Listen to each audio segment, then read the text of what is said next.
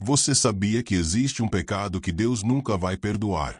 Um pecado tão grave que Jesus fez questão de alertar de forma direta e assustadora. Neste vídeo, vamos mergulhar em um dos confrontos mais intensos de Jesus, quando acusaram ele de expulsar demônios pelo poder do próprio diabo. O que Jesus respondeu vai abrir seus olhos para o verdadeiro poder do Espírito Santo contra as trevas. Mas antes de começarmos, eu quero saber, de que cidade você está nos assistindo agora? Comenta aqui embaixo. E se você ainda não é inscrito no canal, se inscreve agora e ativa o sininho para não perder nenhum estudo bíblico que pode transformar a sua vida espiritual. Beleza? Então vamos lá. O episódio registrado em Mateus 12, 22-37 representa um dos momentos mais decisivos e reveladores do ministério de Jesus Cristo, onde a linha divisória entre o reino de Deus e o reino das trevas é traçada com clareza absoluta. Este confronto não acontece em um vácuo teológico, mas surge em meio a uma demonstração incontestável do poder divino, a cura de um endemoninhado cego e mudo. A narrativa começa com uma cena que era, ao mesmo tempo, dramática e profundamente comovente. Um homem aprisionado por 3 aflições simultâneas, possessão demoníaca, cegueira e mudez, é trazido à presença de Jesus. A condição desse homem representa, de forma emblemática, o estado da humanidade sob o domínio espiritual das trevas. A cegueira simboliza a incapacidade de enxergar a verdade espiritual e a realidade do reino de Deus. A mudez representa a impossibilidade de comunicar-se adequadamente com Deus e com o próximo, a incapacidade de louvar e adorar. A possessão demoníaca ilustra a escravidão espiritual que mantém a humanidade cativa, impedindo-a de experimentar a liberdade para a qual foi criada. Essa tríplice aflição torna o homem completamente dependente da intervenção divina, pois não possui recursos próprios para libertar-se. Quando Jesus o cura, não realiza apenas um milagre físico, mas executa uma operação espiritual completa. O texto nos informa que Jesus o curou, de modo que o mudo falou e viu. A restauração é total e instantânea. O homem que estava aprisionado nas trevas da cegueira agora enxerga a luz. Aquele que estava silenciado pela mudez agora pode articular palavras, louvar a Deus e compartilhar seu testemunho. E mais importante ainda, aquele que estava sob o domínio demoníaco agora está livre, em seu perfeito juízo, restaurado à sua dignidade humana original. A reação das multidões é imediata e significativa. Elas ficam admiradas ou maravilhadas, conforme algumas traduções expressam. Mais do que isso, começam a questionar: não é este o filho de Davi? Esta pergunta não é casual ou superficial. O título Filho de Davi é profundamente messiânico. As multidões estão reconhecendo, ainda que de forma tateante, que apenas o Messias prometido poderia realizar tal obra. Elas estão conectando a profecia do Antigo Testamento com a realidade que testemunham. O poder demonstrado por Jesus não é meramente o de um profeta ou de um homem santo, mas o poder que identificaria o próprio Messias de Israel. Este reconhecimento popular, entretanto, provoca uma reação hostil nas lideranças religiosas. Os fariseus, que representavam a elite religiosa de Israel e se consideravam guardiões da ortodoxia, sentem-se ameaçados. Eles não podem negar o milagre, é público demais, verificável demais, dramático demais para ser ignorado ou descartado. A cura aconteceu diante de testemunhas, e o homem antes aflito agora está diante de todos, vendo e falando. Os fariseus enfrentam um dilema: como explicar esse poder inegável sem reconhecer Jesus como Messias? A solução que encontram é blasfema, em sua natureza. Atribuem o poder de Jesus não ao Espírito de Deus, mas a Beelzebul, o príncipe dos demônios. Esta acusação revela a profundidade da cegueira espiritual que havia tomado conta dos líderes religiosos. Eles estavam tão comprometidos com sua rejeição a Jesus, tão investidos em sua própria posição e autoridade, que preferem atribuir uma obra claramente divina ao próprio diabo. Esta inversão moral e espiritual, chamar o bem de mal e o mal de bem, é precisamente o que Isaías havia advertido quando declarou: ai dos que ao mal chamam bem e ao bem, mal, que fazem da escuridade luz e da luz, escuridade. Isaías 5:20. Os fariseus haviam chegado a um ponto de endurecimento espiritual tão extremo que não conseguiam mais discernir entre a obra de Deus e a obra de Satanás. O nome Beelzebu que os fariseus utilizam tem uma história significativa. Originalmente Baal-Zebub, senhor das moscas, era uma deidade filisteia mencionada em 2 Reis, 1:2. Com o tempo, o termo tornou-se uma designação judaica para Satanás, o príncipe dos demônios. Ao usar este nome, os fariseus estão fazendo a acusação mais grave possível. Estão dizendo que Jesus opera não apenas por poder demoníaco, mas pelo poder do próprio líder dos demônios. É uma tentativa deliberada de desacreditar completamente Jesus perante as multidões que começavam a reconhecê-lo como Messias. Este contexto estabelece o cenário para um dos ensinamentos mais profundos de Jesus sobre a natureza do conflito espiritual, a identidade do reino de Deus e o papel indispensável do Espírito Santo na guerra contra as forças das trevas. O que se segue não é apenas uma defesa contra uma acusação caluniosa, mas uma revelação magistral sobre a realidade espiritual que governa o cosmos e o papel central do Espírito Santo na vitória sobre o mal. A resposta de Jesus aos fariseus é uma demonstração brilhante de raciocínio lógico e percepção espiritual. Ele não responde com raiva ou indignação emocional, embora certamente tivesse todo o direito de fazer isso. Em vez disso, Jesus desmonta metodicamente a acusação usando uma lógica que até seus adversários não podem refutar. Sua resposta revela não apenas sabedoria humana, mas a própria mente de Deus aplicada à situação humana. Jesus começa afirmando: todo reino dividido contra si mesmo ficará deserto, e toda cidade ou casa dividida contra si mesma não subsistirá. Este é um princípio universal e auto-evidente. A unidade é essencial para a sobrevivência e prosperidade de qualquer reino, cidade ou família. A divisão interna é o caminho mais certo para o colapso e a destruição. Este princípio se aplica tanto no reino natural quanto no espiritual. Um exército cujos soldados lutam uns contra os outros não pode vencer o inimigo externo. Uma família na qual os membros conspiram uns contra os outros está destinada à dissolução. Um reino cujos príncipes guerreiam entre si inevitavelmente cairá. Aplicando este princípio à acusação dos fariseus, Jesus expõe a incoerência fatal de seu argumento. Se Satanás expulsa Satanás, está dividido contra si mesmo. Como, pois, subsistirá o seu reino? A lógica é irrefutável.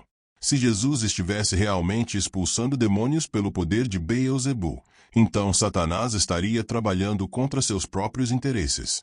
Estaria destruindo seu próprio reino, libertando aqueles que mantinha cativos, desfazendo sua própria obra.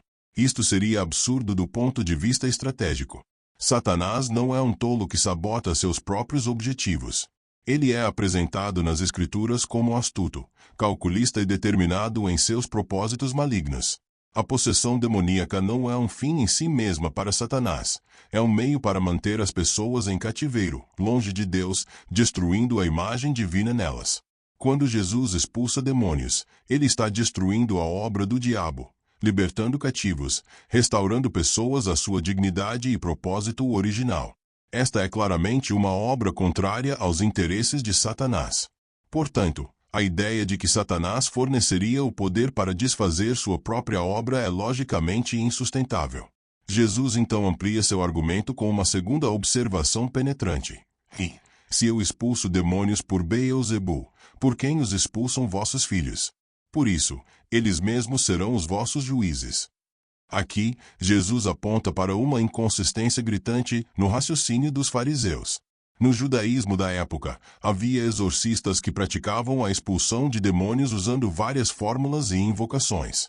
Alguns deles estavam associados aos próprios fariseus, seus filhos, seja literalmente ou no sentido de discípulos e seguidores. Se os fariseus reconheciam que esses exorcistas expulsavam demônios pelo poder de Deus, por que então atribuíam a Jesus o poder de Beelzebu, quando ele fazia o mesmo, só que com muito mais eficácia e autoridade? Esta pergunta expõe a dupla medida que os fariseus estavam aplicando. Eles julgavam Jesus por um padrão diferente daquele que aplicavam a seus próprios associados.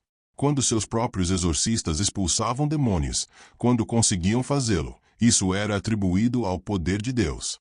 Mas quando Jesus expulsava demônios com uma palavra, instantaneamente e com autoridade absoluta, isso era atribuído a Satanás. A inconsistência era óbvia, e Jesus a expõe sem misericórdia. Os próprios exorcistas judeus, se fossem honestos, teriam que testemunhar contra a acusação dos fariseus, reconhecendo que o poder de Jesus era qualitativamente diferente e superior ao deles. Mas Jesus não se contenta em apenas desmontar a lógica defeituosa dos fariseus. Ele passa a fazer uma declaração positiva e fundamental sobre o verdadeiro significado de suas obras. Mas, se eu expulso demônios pelo Espírito de Deus, logo é chegado a vós o reino de Deus. Esta afirmação é carregada de significado teológico e escatológico. Jesus está declarando que a verdadeira fonte de seu poder não é Beelzebu, mas o Espírito de Deus. E mais importante ainda, ele está afirmando que a presença e atuação do Espírito Santo através dele significa que o reino de Deus chegou. O reino de Deus, conceito central na pregação de Jesus, não é apenas uma realidade futura distante, mas uma presença dinâmica e transformadora que irrompeu na história através do ministério de Jesus. A expulsão de demônios é um sinal deste reino. Onde o reino de Deus avança, o reino de Satanás recua. Onde o Espírito Santo opera, as forças demoníacas são desalojadas. A libertação do endemoniado não é apenas um ato de compaixão individual, mas uma demonstração da invasão do reino de Deus no território inimigo. Jesus então usa uma poderosa ilustração para clarificar ainda mais a situação. Ou como pode alguém entrar na casa do valente e roubar-lhe os bens sem primeiro amarrá-lo? E, então, lhe saqueará a casa. Nesta parábola compacta, o valente representa Satanás, a casa representa o mundo ou as pessoas sob seu domínio, e os bens são as almas humanas que ele mantém cativas. Jesus está dizendo que para libertar aqueles que estão sob o poder de Satanás, é necessário primeiro vencer e amarrar o próprio Satanás. A implicação é clara e poderosa. Jesus tem autoridade e poder para amarrar o valente. Ele é mais forte que Satanás. Quando Jesus expulsa demônios, não está fazendo isso com a permissão ou pelo poder de Satanás, mas contra ele, vencendo e saqueando sua casa. Cada pessoa libertada é um bem recuperado da casa do inimigo. Cada demônio expulso é uma demonstração da derrota de Satanás. O ministério de Jesus é uma operação de resgate em território inimigo, e o Espírito Santo é o poder pelo qual esta operação é executada. Esta lógica de Jesus é irrefutável e revela a natureza fundamental do conflito espiritual. Não há neutralidade nesta guerra. Não há meio termo. Não há zona desmilitarizada entre o reino de Deus e o reino de Satanás. É por isso que Jesus faz a declaração solene que se segue: quem não é por mim é contra mim, e quem comigo não ajunta esparrama. Esta afirmação estabelece a realidade de que existem apenas dois lados neste conflito cósmico. Estar indeciso é, de fato, estar contra Cristo. Não trabalhar para reunir pessoas no reino de Deus é participar da obra de espalhar e destruir. Após desmontar logicamente a acusação dos fariseus e estabelecer a verdadeira natureza de seu ministério de libertação, Jesus faz uma das declarações mais solenes e assustadoras de todo o seu ensino: a advertência sobre o pecado imperdoável, a blasfêmia contra o Espírito Santo. Esta passagem tem sido fonte de profunda preocupação, às vezes, de temor paralisante para muitos cristãos ao longo dos séculos. Por isso, é essencial compreender corretamente o que Jesus está dizendo, igualmente importante, o que ele não está dizendo. Jesus afirma: portanto, eu vos digo, todo pecado e blasfêmia serão perdoados aos homens, mas a blasfêmia contra o Espírito não será perdoada. Esta declaração começa com uma nota de esperança e graça. Todo pecado e blasfêmia podem ser perdoados. Não importa quão grave, quão hediondo, quão repetitivo, quão público seja o pecado, há perdão disponível através de Cristo. Assassinato, adultério, roubo, mentira, idolatria, imoralidade sexual. Todos esses pecados, por mais graves que sejam, estão sob a cobertura da graça de Deus disponível através do arrependimento e fé em Jesus Cristo. Jesus continua: se alguém disser alguma palavra contra o Filho do Homem, ser-lhe-á perdoado. Mas, se alguém falar contra o Espírito Santo, não lhe será perdoado, nem neste mundo nem no vindouro. Aqui encontramos uma distinção intrigante e importante. Palavras contra o Filho do Homem, Jesus, podem ser perdoadas, mas palavras contra o Espírito Santo não podem. Por que esta diferença? A resposta está na natureza e função do Espírito Santo na economia da salvação. Durante seu ministério terreno, Jesus apareceu em forma humana, velado em carne. Era possível ver Jesus e não reconhecer imediatamente sua divindade. Muitos o viam apenas como um rabino, um profeta, ou mesmo como um impostor. Esta falta de reconhecimento, embora lamentável, era compreensível dada a natureza velada de sua glória durante a encarnação.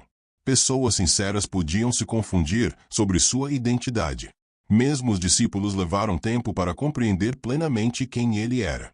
Paulo, antes de sua conversão, blasfemou contra Cristo e perseguiu seus seguidores, mas foi perdoado porque agiu na ignorância e na incredulidade. 1 Timóteo 1:13. O Espírito Santo, por outro lado, tem uma função específica: convencer o mundo do pecado, da justiça e do juízo. João 16:8. É através do Espírito Santo que a verdade sobre Jesus é revelada às pessoas. É o Espírito quem abre os olhos espirituais, quem torna o coração receptivo ao Evangelho, quem possibilita o arrependimento. Resistir ao Espírito Santo é, portanto, resistir ao único meio pelo qual o perdão pode ser recebido. Blasfemar contra o Espírito Santo é rejeitar definitivamente e conscientemente o único agente que pode trazer alguém ao arrependimento e à salvação. O que os fariseus estavam fazendo era precisamente isso. Diante de uma demonstração clara e inequívoca do poder do Espírito Santo, eles não apenas rejeitavam o testemunho, mas o invertiam, chamando-o de obra demoníaca. Eles viam a luz e a chamavam de trevas. Viam o bem e o chamavam de mal. Experimentavam a obra do Espírito Santo e a atribuíam a Satanás. Este não era um erro sincero ou uma confusão honesta. Era uma rejeição deliberada, consciente e maliciosa da verdade conhecida. A natureza imperdoável deste pecado não reside em alguma limitação no poder ou disposição de Deus para perdoar. Deus está sempre disposto a perdoar o penitente. O problema é que a blasfêmia contra o Espírito Santo representa um estado de rejeição tão completa, tão endurecida, que torna o arrependimento impossível. É como um homem que destrói deliberadamente o único remédio que pode curá-lo, ou que arranca os próprios olhos e então reclama que não pode ver. O Espírito Santo é o agente do arrependimento. Rejeitá-lo completamente é rejeitar a própria possibilidade de arrependimento. É crucial entender que este pecado não pode ser cometido inadvertidamente ou por fraqueza momentânea. Não é uma palavra falada em momento de raiva ou dúvida. Não é uma questão de fazer a pergunta honesta: como sei que isto é de Deus? O pecado imperdoável envolve um conhecimento pleno da verdade, seguido de uma rejeição deliberada e persistente dessa verdade, chegando ao ponto de chamá-la de mal. Envolve ver claramente a obra do Espírito Santo e conscientemente atribuí-la a Satanás. Este entendimento é importante porque muitos cristãos sinceros têm se atormentado com o medo de terem cometido o pecado imperdoável. O simples fato de que alguém esteja preocupado com isso é geralmente evidência de que não o cometeu. Aqueles que cometem este pecado chegam a um estado de endurecimento tal que não se preocupam com ele. Eles não têm desejo de arrependimento, nenhuma atração pela graça de Deus, nenhum temor do julgamento. A pessoa que teme ter blasfemado contra o Espírito Santo demonstra, por esse próprio temor, que o Espírito ainda está trabalhando em seu coração, criando convicção e desejo de reconciliação com Deus. A advertência de Jesus sobre o pecado imperdoável serve a vários propósitos. Primeiro, ela protege a honra e dignidade do Espírito Santo, afirmando sua divindade e seu papel indispensável na salvação. Segundo, ela adverte contra o endurecimento progressivo do coração que pode eventualmente levar a um estado de rejeição irreversível. Terceiro, ela expõe a gravidade do que os fariseus estavam fazendo, chamando-os ao arrependimento antes que fosse tarde demais. Quarto, ela revela que existe um ponto de não retorno no processo de rejeição de Deus, embora somente Deus saiba quando esse ponto é alcançado em um indivíduo específico. O confronto entre Jesus e os fariseus sobre a fonte de seu poder para expulsar demônios coloca em evidência uma verdade fundamental que permeia toda a narrativa bíblica.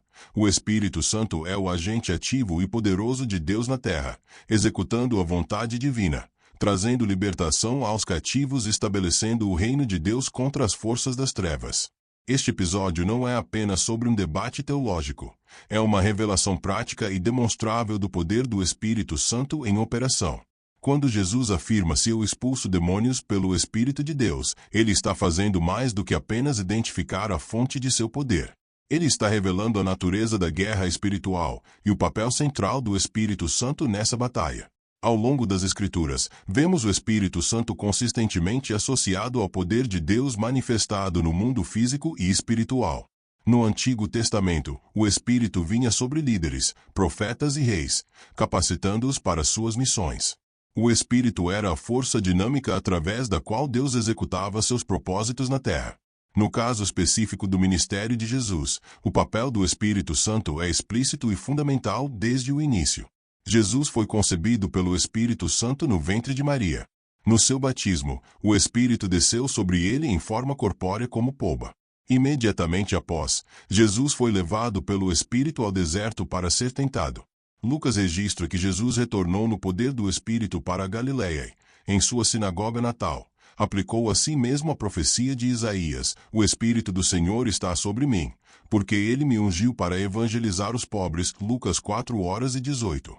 O ministério inteiro de Jesus foi realizado no poder do Espírito Santo. Esta dependência do Espírito Santo no ministério de Jesus não indica fraqueza ou inadequação da parte de Jesus, mas antes demonstra o padrão que Deus estabeleceu para a operação do poder divino no mundo. Mesmo o Filho de Deus encarnado escolheu operar através do Espírito Santo, estabelecendo assim um modelo para todos os que o seguiriam. Se Jesus, que era sem pecado e plenamente Deus, operou através do Espírito, quanto mais aqueles que vêm depois dele necessitam deste mesmo poder. A natureza específica do poder demonstrado neste episódio é reveladora. Não se trata de um poder abstrato ou filosófico, mas de um poder concreto e transformador que confronta diretamente as forças demoníacas e as vence. O Espírito Santo não é uma influência vaga ou uma força impessoal, mas uma pessoa divina com vontade, propósito e poder para executar a vontade de Deus. Quando o Espírito Santo age contra os demônios, eles são forçados a sair. Não há negociação, não há resistência bem-sucedida, não há embate prolongado. A autoridade do Espírito sobre o reino demoníaco é absoluta. Este poder do Espírito Santo se manifesta de várias maneiras complementares no contexto da guerra espiritual. Primeiro, há o poder para discernir a presença e atividade demoníaca. Jesus não precisava de rituais elaborados ou investigações prolongadas para identificar a possessão demoníaca. Pelo Espírito, ele instantaneamente discernia a condição espiritual das pessoas. Este dom de discernimento é essencial para a guerra espiritual eficaz, pois permite identificar a verdadeira natureza do problema, em vez de tratar apenas sintomas superficiais. Segundo, há o poder para confrontar e desalojar forças demoníacas. Jesus simplesmente falava, e os demônios eram expulsos. Não havia necessidade de rituais complexos, fórmulas mágicas ou lutas prolongadas. A palavra de Jesus, pronunciada no poder do Espírito Santo, era suficiente. Este padrão é importante porque mostra que a vitória sobre o mal não depende de técnicas humanas ou conhecimento esotérico, mas do poder soberano de Deus operando através do Espírito. Terceiro, há o poder para restaurar e curar. A expulsão do demônio não foi o fim da obra de Jesus neste caso. O homem também foi curado de sua cegueira e mudez. O Espírito Santo não apenas destrói a obra do inimigo, mas também restaura o que foi danificado. Esta é uma dimensão crucial do poder do Espírito. Não é meramente destrutivo em relação ao mal, mas construtivo e restaurador em relação ao bem. Onde o Espírito opera, há não apenas libertação, mas também cura, restauração e renovação. Quarto, há o poder para estabelecer o reino de Deus. Jesus conecta explicitamente a expulsão de demônios pelo Espírito com a chegada do reino de Deus. O poder do Espírito não é um fim em si mesmo, mas serve ao propósito maior de estabelecer o reinado de Deus sobre áreas previamente dominadas pelo inimigo. Cada vitória sobre as forças demoníacas é uma expansão do território do reino, um avanço da soberania de Deus sobre o mundo. A manifestação deste poder do Espírito Santo no ministério de Jesus tinha várias funções apologéticas importantes. Primeiro, servia como credencial de que Jesus era verdadeiramente o Messias prometido.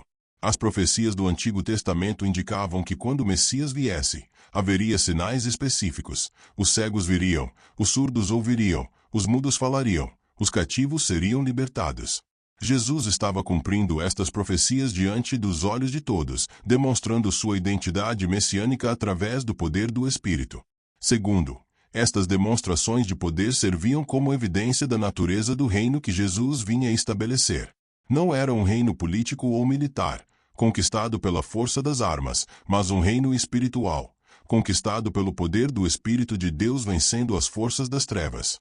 Este reino não seria limitado por fronteiras geográficas ou étnicas, mas seria estabelecido em cada coração e vida onde o Espírito operasse para derrotar o inimigo e entronar Cristo como Senhor. Terceiro, estas manifestações serviam como prefiguração e garantia do que o Espírito continuaria a fazer através da Igreja após a ascensão de Jesus. Antes de partir, Jesus prometeu aos discípulos: recebereis poder ao descer sobre vós o Espírito Santo. Atos 1:08. E realmente, vemos no livro de Atos o mesmo poder operando através dos apóstolos e da igreja primitiva, expulsando demônios, curando os enfermos, libertando cativos, expandindo o reino de Deus. Após tratar da questão específica da blasfêmia contra o Espírito Santo, Jesus amplia seu ensinamento usando uma metáfora agrícola familiar aos seus ouvintes: a árvore e seus frutos. Esta ilustração não é apenas uma continuação casual do tema, mas está intrinsecamente conectada ao conflito sobre a fonte de seu poder. Jesus está estabelecendo um princípio fundamental para discernir entre o verdadeiro e o falso, entre o divino e o demoníaco, entre o bem e o mal. Examine os frutos. Ou fazei a árvore boa e o seu fruto bom, diz Jesus, ou fazei a árvore má e o seu fruto mau, porque pelo fruto se conhece a árvore. Este princípio é ao mesmo tempo simples e profundo. Uma árvore boa naturalmente produz frutos bons, uma árvore má naturalmente produz frutos maus. É impossível para uma árvore má produzir consistentemente frutos bons, assim como é impossível para uma árvore boa produzir frutos maus. A natureza interna, inevitavelmente, se manifesta nos resultados externos. Aplicando este princípio ao caso em questão, a lógica de Jesus é devastadora para a posição dos fariseus. Se Jesus estivesse realmente operando pelo poder de Beelzebu, os frutos de seu ministério seriam maus. Mas os frutos eram manifestamente bons: pessoas sendo libertas da escravidão demoníaca, cegos recuperando a visão, mudos sendo capacitados a falar, vidas sendo restauradas, famílias sendo reunidas, pessoas sendo reconciliadas com Deus. Como poderia uma árvore má, poder demoníaco, produzir tais frutos bons? Inversamente, se Satanás fosse a fonte do poder de Jesus, então estaríamos vendo Satanás trabalhar contra seus próprios interesses, destruindo seu próprio reino, libertando seus próprios cativos. Os frutos da obra de Satanás são bem conhecidos: destruição, morte, escravidão, cegueira espiritual, divisão, alienação de Deus. Mas os frutos do ministério de Jesus eram exatamente o oposto: vida, liberdade, visão espiritual, reconciliação, aproximação de Deus. Pelo fruto, era evidente que a árvore era boa. Jesus então faz uma aplicação direta e penetrante aos fariseus: raça de víboras, como podeis vós dizer coisas boas, sendo maus? Pois do que há em abundância no coração, disso fala a boca. Esta é uma das repreensões mais severas que Jesus dirige aos líderes religiosos. Ele os chama de raça de víboras, um título que João Batista também havia usado. A imagem é de serpentes venenosas, perigosas, mortais, conectando-os implicitamente à serpente original do Éden, Satanás. A acusação é que os fariseus são internamente corruptos, sendo maus, e por isso não conseguem produzir palavras verdadeiramente boas. Suas palavras refletem a condição de seus corações. Eles veem a obra de Deus e a chamam de obra do diabo porque essa percepção distorcida flui de corações distorcidos. O problema não está em seus olhos físicos ou em sua capacidade intelectual de raciocinar. O problema está no centro de seu ser, em seus corações endurecidos e orgulhosos. Jesus elabora: o homem bom tira boas coisas do bom tesouro do seu coração, e o homem mau do mau tesouro tira coisas más. O coração humano é como um tesouro ou armazém do qual tiramos nossas palavras e ações. Se o que está armazenado dentro é bom, fé, amor, humildade, reverência a Deus, busca pela verdade, então o que sai serão palavras e ações boas. Mas se o que está armazenado é mal, incredulidade, orgulho, inveja, malícia, amor pela posição e poder. Então o que emerge serão palavras e ações más. No caso dos fariseus, seu tesouro estava corrompido. Apesar de sua aparência externa de piedade, apesar de seu conhecimento das Escrituras, apesar de sua posição de liderança religiosa, seus corações estavam cheios de inveja, orgulho e resistência à vontade de Deus. Por isso, quando confrontados com a obra manifesta do Espírito Santo, eles tiraram de seu tesouro corrompido uma acusação blasfema. Esta conexão entre o coração e as palavras é fundamental para entender a gravidade do que os fariseus haviam feito. Suas palavras não eram apenas um erro teológico casual ou uma interpretação equivocada de um evento ambíguo. Suas palavras revelavam a condição profunda de seus corações. Eles haviam chegado a um ponto onde sua cegueira espiritual era tão completa que podiam ver a luz e chamá-la de trevas, podiam experimentar a libertação divina e atribuí-la ao diabo.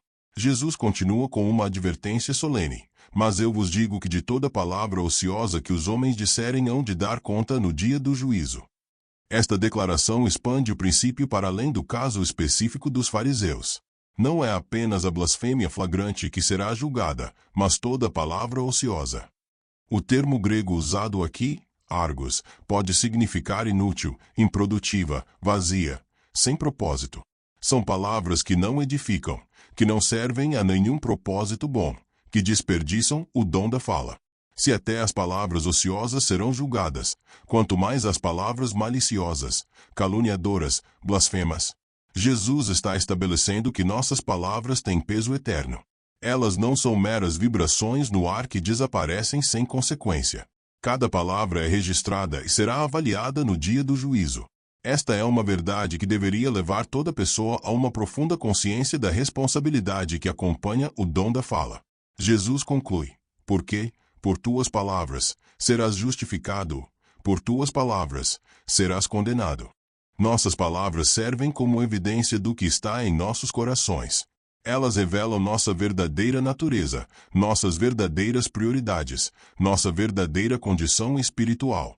No dia do juízo, as palavras de uma pessoa testemunharão a favor ou contra ela, não porque as palavras em si salvem ou condenem, mas porque elas revelam o estado do coração do qual fluem. Para os fariseus, suas palavras acusatórias contra Jesus e sua blasfêmia contra o Espírito Santo eram uma evidência condenatória da rejeição de Deus que havia tomado posse de seus corações. Para aqueles que confessam Jesus como Senhor e falam palavras de fé, amor e verdade, suas palavras são evidência da obra transformadora de Deus em seus corações. Este princípio de julgamento pelas palavras não contradiz a salvação pela graça através da fé. Antes, reconhece que a fé genuína inevitavelmente se manifesta em palavras que refletem essa fé. A metáfora da árvore e seus frutos, portanto, fornece um teste prático e confiável para discernir a fonte e natureza de qualquer ministério ou manifestação espiritual. Não precisamos ter conhecimento esotérico ou capacidades sobrenaturais especiais para avaliar se algo é de Deus ou do inimigo. Precisamos simplesmente examinar os frutos com honestidade.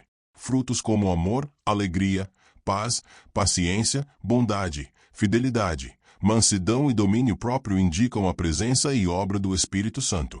Frutos como divisão, destruição, escravidão, medo, confusão e afastamento de Deus indicam uma fonte demoníaca. O confronto entre Jesus e os fariseus sobre a expulsão de demônios não é apenas um episódio histórico interessante, mas carrega implicações profundas e práticas para a compreensão e condução da guerra espiritual em todas as épocas. Este texto estabelece princípios fundamentais que a Igreja deve entender e aplicar em seu conflito contínuo contra as forças das trevas. Primeiro, este episódio estabelece de forma inequívoca a realidade do mundo espiritual e do conflito espiritual. Não estamos lidando com meras metáforas ou maneiras poéticas de falar sobre o mal psicológico ou social. Existem realmente seres espirituais malignos, demônios, que operam sob a liderança de Satanás, o príncipe dos demônios. Estes seres têm poder real para influenciar, oprimir, em casos extremos, possuir seres humanos.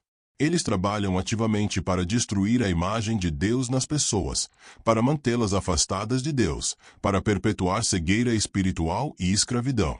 A negação moderna da realidade do mundo espiritual não faz os demônios desaparecerem, apenas torna as pessoas mais vulneráveis à sua influência, porque elas não reconhecem a verdadeira natureza da batalha que enfrentam. Uma estratégia militar fundamental é conhecer seu inimigo. Negar a existência do inimigo é garantir derrota. A igreja moderna, influenciada pelo racionalismo e naturalismo, frequentemente tenta explicar todos os fenômenos em termos puramente psicológicos ou sociológicos, ignorando a dimensão espiritual. Este episódio com Jesus nos chama de volta à realidade bíblica de que existe um conflito espiritual real. Segundo, este episódio revela a superioridade absoluta do poder de Deus sobre as forças demoníacas. Jesus não luta contra os demônios, ele simplesmente os comanda, e eles obedecem. Não há batalha prolongada, não há dúvida sobre o resultado, não há resistência bem-sucedida. O poder do Espírito Santo é infinitamente superior ao poder de qualquer demônio ou de todos os demônios combinados. Satanás pode ser o príncipe deste mundo, mas Jesus é o rei do universo. Satanás pode ter algum poder delegado temporariamente, mas Cristo tem todo o poder no céu e na terra. Esta realidade deveria encher os cristãos de confiança na guerra espiritual. Não lutamos por uma vitória incerta, mas a partir de uma vitória já conquistada. Cristo já venceu Satanás na cruz e na ressurreição. O livro de Colossenses declara que Jesus despojou os principados e potestades, e deles triunfou publicamente. Colossenses 2:15. Nossa participação na guerra espiritual não é para derrotar um inimigo que ainda pode vencer, mas para aplicar e implementar a vitória que Cristo já conquistou. Terceiro, este episódio enfatiza a centralidade e indispensabilidade do Espírito Santo na guerra espiritual. Jesus expulsava demônios pelo Espírito de Deus.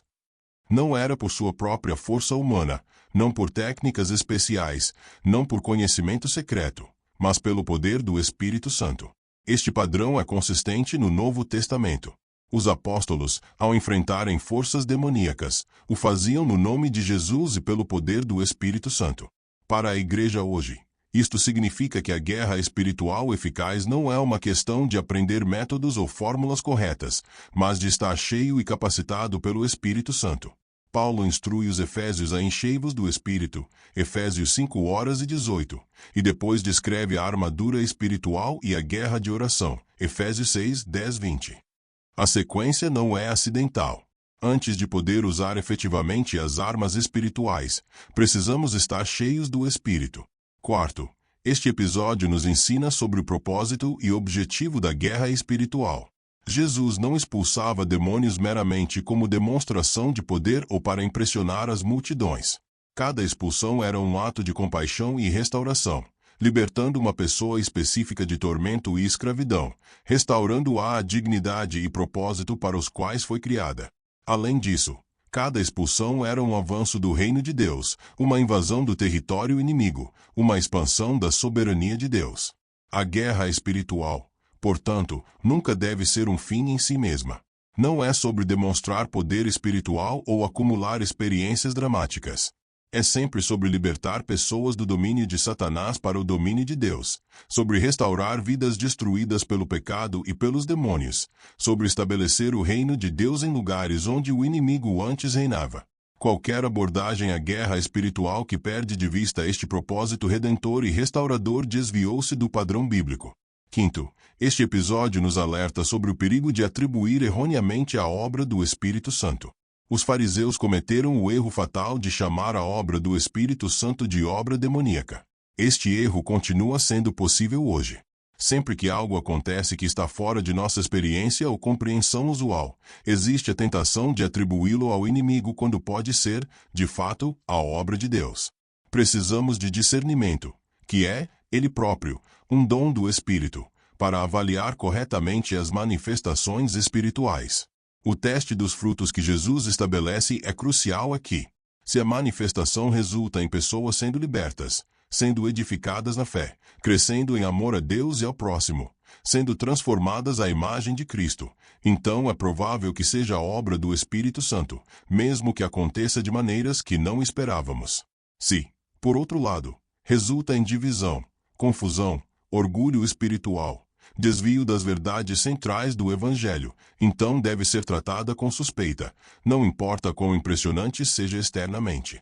Sexto, este episódio nos ensina sobre a importância da autoridade espiritual. Jesus expulsava demônios com autoridade. Ele não implorava aos demônios ou negociava com eles, ele os comandava. Esta autoridade vinha de sua relação perfeita com o Pai e de sua unção pelo Espírito Santo.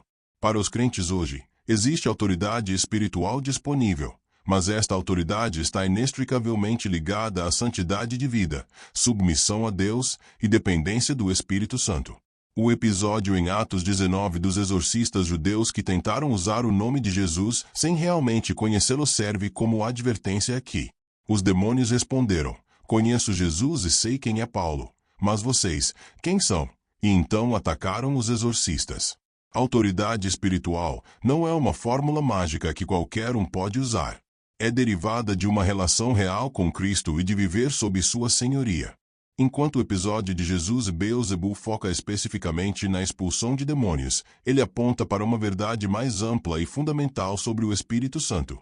Ele é o agente transformador de Deus, trabalhando não apenas em momentos dramáticos de confronto com o mal, mas continuamente na obra de transformar vidas, renovar mentes, santificar corações e edificar o reino de Deus.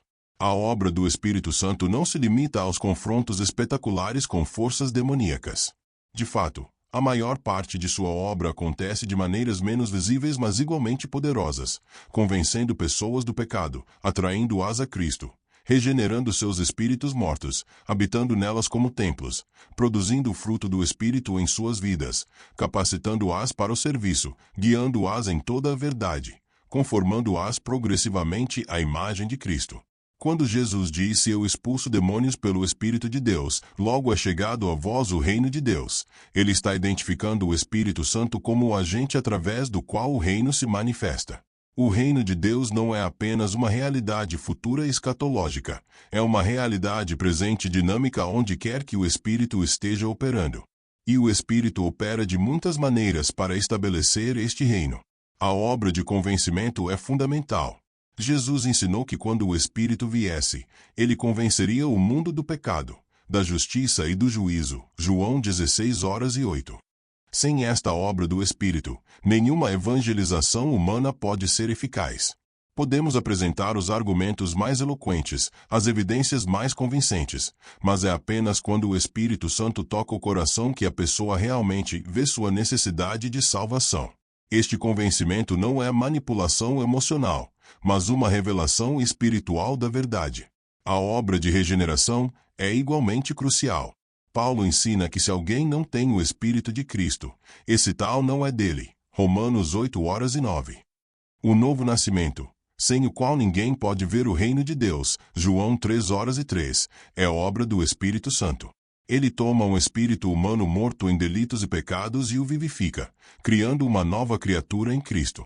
Esta é uma transformação tão radical quanto a criação original do mundo, e só o Espírito de Deus pode realizá-la. A obra de habitação estabelece o crente como templo de Deus. Paulo pergunta aos coríntios: "Não sabeis que sois santuário de Deus e que o Espírito de Deus habita em vós?" 1 Coríntios 3:16. Esta é uma verdade assombrosa. O Espírito Santo, que é Deus, escolhe fazer sua morada nos corações dos crentes. Nossa identidade não é mais definida por nosso passado, nossos fracassos ou nossas fraquezas, mas pelo fato glorioso de que somos habitados por Deus Espírito Santo. A obra de santificação é progressiva e contínua. O Espírito trabalha em nós tanto o querer quanto o realizar segundo a boa vontade de Deus. Filipenses 2:13. Ele nos transforma de glória em glória na imagem de Cristo. 2 Coríntios 3:18. Esta transformação não é instantânea ou automática. É um processo que requer nossa cooperação ativa. Mas o poder que efetua a mudança real é do Espírito, não nosso. A produção do fruto do Espírito, Gálatas 5:22 e 23, é a evidência visível desta obra transformadora. Amor, alegria, paz, paciência, benignidade, bondade, fidelidade, mansidão e domínio próprio não são virtudes que podemos gerar por esforço próprio. São frutos, produtos naturais da vida do Espírito operando em nós. Quando permitimos que o Espírito controle e preencha nossas vidas, estas qualidades emergem naturalmente, transformando não apenas nosso caráter interior mas também nossos relacionamentos e impacto no mundo. A capacitação para o serviço é outra dimensão vital da obra do Espírito. Jesus instruiu os discípulos a aguardarem em Jerusalém até serem revestidos do poder do alto. Lucas 24h49. Este poder não era para sua gratificação pessoal, mas para capacitá-los como testemunhas eficazes de Cristo até os confins da terra. O livro de Atos demonstra repetidamente como o Espírito capacitou homens e mulheres comuns a realizarem obras extraordinárias para Deus. Os dons espirituais que Paulo discute em 1 Coríntios 12, Romanos 12 e Efésios 4 são manifestações deste poder capacitador. Cada crente recebe pelo menos um dom, uma capacitação sobrenatural para servir o corpo de Cristo e avançar o reino de Deus. Estes dons não são medalhas de conquista espiritual ou marcas de superioridade, mas ferramentas de serviço distribuídas pelo Espírito conforme Ele quer para o bem comum. A obra de orientação do Espírito é essencial para navegar a vida cristã. Paulo instrui: andai no Espírito e não cumprireis a concupiscência da carne. Gálatas 5:16. O Espírito nos guia em decisões práticas, nos adverte de perigos, nos direciona em oportunidades de ministério, nos conforta em tribulações. Jesus prometeu que o Espírito nos guiaria em toda a verdade. João 16:13. Esta orientação não elimina a necessidade de usar nossa mente e exercer discernimento, mas a complementa e aprimora. A obra de intercessão do Espírito é uma fonte tremenda de conforto. Paulo revela que o Espírito nos ajuda em nossas fraquezas, porque não sabemos o que havemos de pedir como convém, mas o mesmo Espírito intercede por nós com gemidos inexprimíveis. Romanos 8:26. Quando estamos tão sobrecarregados que não conseguimos nem formular orações, o Espírito intercede por nós de acordo com a vontade de Deus. Nunca estamos verdadeiramente sozinhos em nossa luta, nunca sem um advogado, nunca sem ajuda. Todas estas dimensões da obra do Espírito Santo são, em última análise, manifestações do poder de Deus contra o mal em suas diversas formas. O mal não é apenas possessão demoníaca dramática, é também o pecado persistente, a tentação constante, a fraqueza moral, a cegueira espiritual, a apatia religiosa. O Espírito Santo trabalha contra todas estas formas de mal, transformando-nos progressivamente de pessoas dominadas pelo pecado em pessoas caracterizadas pela santidade. O confronto entre Jesus e os fariseus sobre o poder do Espírito Santo não é meramente uma lição histórica ou teológica abstrata. Ele carrega aplicações profundamente práticas e relevantes para os crentes de todas as épocas, incluindo nossos dias. Estas aplicações tocam em questões fundamentais de fé, discernimento, vida espiritual e missão. Primeiro, precisamos reconhecer e confiar no poder do Espírito Santo disponível para nós. Muitos cristãos vivem vidas de derrota espiritual porque tentam enfrentar desafios espirituais com recursos meramente humanos. Tentamos vencer tentações pela força de vontade, transformar nosso caráter por autodisciplina, impactar o mundo por estratégias humanas inteligentes. Embora estas coisas tenham seu lugar, elas são fundamentalmente inadequadas para a guerra espiritual e transformação genuína. Jesus prometeu que após sua ascensão, ele enviaria o Espírito Santo para habitar nos crentes. No dia de Pentecostes, esta promessa foi cumprida, e desde então o Espírito está disponível para todo crente. Não precisamos implorar por ele ou ganhar seu favor através de esforços espirituais extraordinários. Ele é dado gratuitamente a todos que creem em Cristo. O que precisamos fazer é reconhecer sua presença, render-nos ao seu controle, e depender conscientemente de seu poder em nossas vidas diárias. Segundo, precisamos desenvolver sensibilidade e discernimento espiritual. Vivemos em um mundo onde forças espirituais, tanto divinas quanto demoníacas, estão operando. Nem tudo que se apresenta como espiritual é de Deus. Paulo adverte que o próprio Satanás se transforma em anjo de luz. 2 Coríntios 11:14. Precisamos da capacidade de discernir entre a obra do Espírito Santo e imitações demoníacas ou meramente humanas. Este discernimento vem através de várias fontes trabalhando juntas. Primeiro, o conhecimento profundo das Escrituras nos fornece o padrão pelo qual julgar todas as manifestações espirituais. Qualquer coisa que contradiga a palavra de Deus, não importa quão impressionante, deve ser rejeitada. Segundo, o próprio Espírito Santo concede o dom de discernimento de espíritos a alguns membros do corpo de Cristo. Terceiro, a comunidade de crentes maduros fornece sabedoria coletiva e perspectiva equilibrada. Quarto, a observação cuidadosa dos frutos ao longo do tempo revela a verdadeira natureza de qualquer movimento ou manifestação. Terceiro, precisamos ser cuidadosos com nossas palavras, especialmente sobre coisas espirituais. Jesus advertiu que daremos conta de toda palavra ociosa no dia do juízo. Isto se aplica especialmente quando falamos sobre a obra de Deus e do Espírito Santo. É fácil cair na crítica cínica ou no ceticismo generalizado sobre movimentos espirituais. Enquanto o discernimento saudável é necessário, precisamos ter cuidado para não nos encontrarmos resistindo ou falando contra o que pode ser genuinamente do Espírito Santo. A história da Igreja está repleta de exemplos de movimentos de Deus que foram inicialmente resistidos e criticados por cristãos estabelecidos porque não se ajustavam às suas expectativas ou experiências prévias. O Grande Avivamento, o movimento missionário moderno, o Avivamento de Gales, o Avivamento da Rua Azusa, todos enfrentaram oposição de alguns setores da Igreja. Precisamos de humildade para reconhecer que Deus pode trabalhar de maneiras que não antecipamos e que transcendem nossas categorias teológicas cuidadosamente construídas. Quarto, precisamos assumir nossa responsabilidade na guerra espiritual.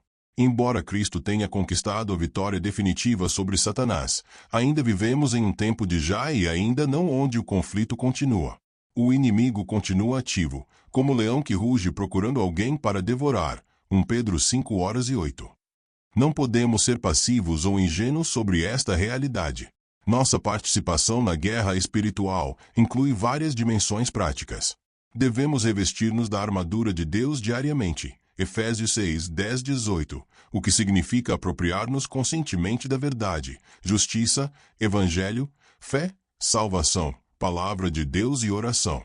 Devemos resistir ativamente ao diabo, sabendo que quando fazemos, ele fugirá de nós. Tiago 4:7. Devemos orar não apenas por nossas necessidades pessoais, mas pela expansão do reino de Deus, pela derrota das estratégias do inimigo, pela libertação dos cativos. Devemos também estar alertas às táticas do inimigo. Paulo adverte que não somos ignorantes dos seus ardis. 2 Coríntios 2:11. Satanás opera através de engano, acusação, tentação, divisão, desencorajamento e distração. Reconhecer estas táticas quando aparecem é metade da batalha. Podemos então aplicar as verdades e recursos espirituais apropriados para cada situação. Quinto, precisamos viver vidas cheias do Espírito e produzir seu fruto. A melhor defesa contra a influência demoníaca não é técnicas elaboradas de guerra espiritual, mas uma vida saturada da presença e poder do Espírito Santo. Quando estamos cheios do Espírito, há simplesmente menos espaço para o inimigo operar. Quando estamos produzindo o fruto do Espírito, amor, alegria, paz, paciência, estamos simultaneamente destruindo as obras das trevas. Paulo instrui, enchei-vos do Espírito, Efésios 5:18. Este é um mandamento no tempo presente contínuo no grego, significando continuem sendo cheios. Não é uma experiência única, mas um estado contínuo a ser mantido. Ser cheio do Espírito envolve render conscientemente cada área de nossa vida ao seu controle, confessar e se arrepender do pecado que entristece o Espírito, cultivar comunhão com Deus através da oração e meditação nas Escrituras, e obedecer prontamente aos impulsos do Espírito. Sexto, precisamos manter a perspectiva correta sobre o poder de Deus versus o poder do inimigo. Embora devamos levar Satanás e os demônios a sério, não devemos superestimar seu poder ou dar-lhes atenção excessiva. Alguns cristãos tornam-se tão focados em demônios que veem atividade demoníaca em cada problema ou desafio. Esta perspectiva desequilibrada pode levar ao medo, paranoia e ineficácia espiritual. A verdade bíblica é que maior é aquele que está em vós do que aquele que está no mundo. 1 João 4:4. O Espírito Santo que habita nos crentes é infinitamente mais poderoso que todas as forças demoníacas combinadas. Jesus já derrotou Satanás na cruz. Nossa posição não é de inferioridade ou medo, mas de autoridade e confiança em Cristo. Reconhecemos a realidade do conflito, mas nunca duvidamos da vitória final. Sétimo, precisamos estar ativamente envolvidos na missão de libertar cativos e expandir o reino. Jesus veio para proclamar libertação aos cativos e pôr em liberdade os oprimidos, Lucas 4:18. Esta missão não terminou com sua ascensão. Continua através de sua igreja pelo poder do Espírito Santo. Cada crente tem um papel a desempenhar nesta missão libertadora. Isto pode tomar muitas formas: compartilhar o Evangelho com não-crentes, discipular novos crentes, servir aos necessitados, combater injustiça social, orar por libertação espiritual de indivíduos e comunidades, apoiar missões locais e globais. O ponto comum é que estamos ativamente trabalhando para ver pessoas libertas do domínio de Satanás para o domínio de Cristo, vendo o reino de Deus avançar contra o reino das trevas. Finalmente, precisamos manter a esperança na vitória final de Deus. Embora o conflito continue agora, não durará para sempre. Um dia, Cristo retornará em glória, e então o Deus da paz esmagará em breve Satanás debaixo dos vossos pés. Romanos 16:20. O mal será finalmente e completamente derrotado. O reino de Deus será estabelecido em sua plenitude. Toda lágrima será enxugada, toda injustiça corrigida, todo cativo libertado. Esta esperança não é escapismo que nos faz negligenciar responsabilidades presentes. Pelo contrário, é motivação poderosa para perseverar na batalha, sabendo que nosso trabalho não é vão no Senhor. 1 Coríntios 15:58. Cada vitória sobre o pecado, cada pessoa liberta, cada ato de amor e justiça, cada avanço do Evangelho é um prenúncio e participação naquela vitória final. Trabalhamos agora não para conquistar uma vitória incerta, mas para implementar uma vitória já garantida pela cruz e ressurreição de Cristo, e para ser aperfeiçoada em sua segunda vinda. Então é isso. A blasfêmia contra o Espírito Santo é o único pecado imperdoável. Mas calma. Você entendeu realmente o que isso significa? Deixa nos comentários de que cidade você está assistindo. E se esse ensinamento tocou seu coração, se inscreve no canal agora e ativa o sininho. Guardem isso. Deus perdoa tudo, menos quando você fecha o coração completamente para Ele e atribui sua obra ao mal. Não cruze essa linha. A misericórdia de Deus é infinita, mas exige um coração aberto. Fica na paz.